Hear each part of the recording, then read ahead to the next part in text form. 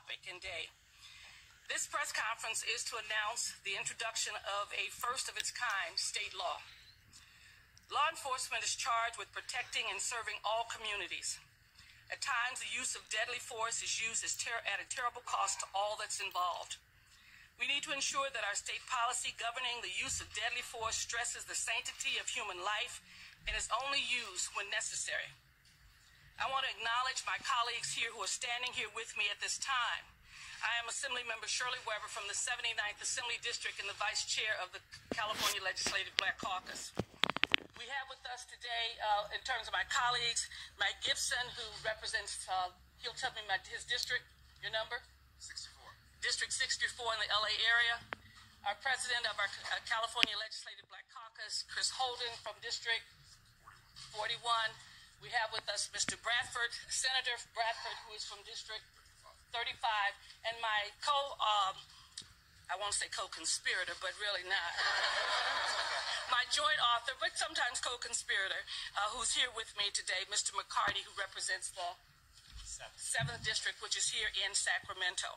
Colleague, Assemblymember Kevin McCarty, who is a joint author on this bill, to have a few words to say. Mr. McCarty.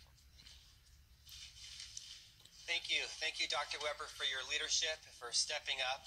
Certainly, I'm proud to join you as a joint author of this important legislation. Proud to partner with our sponsors.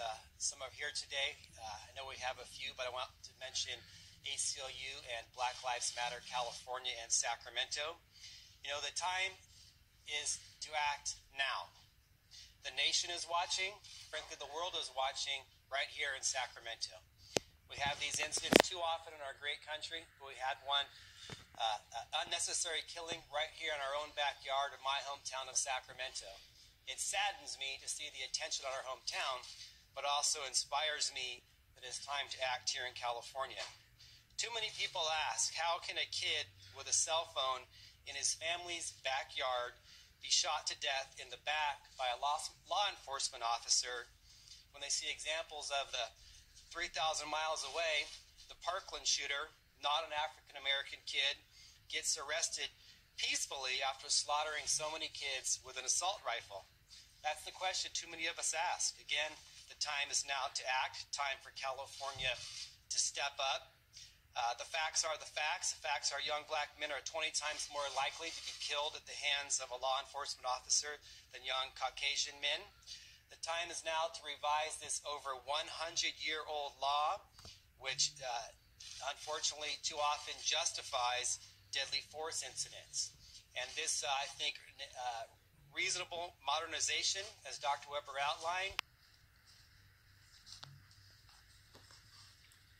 Thank you. My name is Lizzie Buchan. I'm a legislative advocate with the ACLU, and I want to start by expressing my appreciation for everyone up here for leading the way on this truly landmark legislation. This is a long time coming, and it's clear that the community's call for action is being heard. This bill would change state law so that an officer can only use deadly force when it's necessary. Clearly, the current standard where they can use deadly force when they feel a serious threat isn't enough to prevent unnecessary deaths of members of the community, particularly people of color. It's given legal cover to the killings of Michael Brown, Tamir Rice, Philando Castile, Jessica Williams, many, many other killings that have devastated communities and resulted in people feeling less safe. Because it's clear that the current law protects the police, not the people. It allows officers to kill community members when they had other options or when they're the ones who created the danger. This bill establishes that it's not enough that the officer perceived a threat. There had to have been no other alternatives to using deadly force. Deadly force can no longer be the first response to a perceived threat. It can only be the last resort. This bill also makes sure that officers are held accountable if they created the circumstances that made force necessary. So if they jumped in front of a moving vehicle, if they rushed in to confront a person instead of keeping their distance and calling for backup, it would no longer be legal for an officer to kill someone in those situations.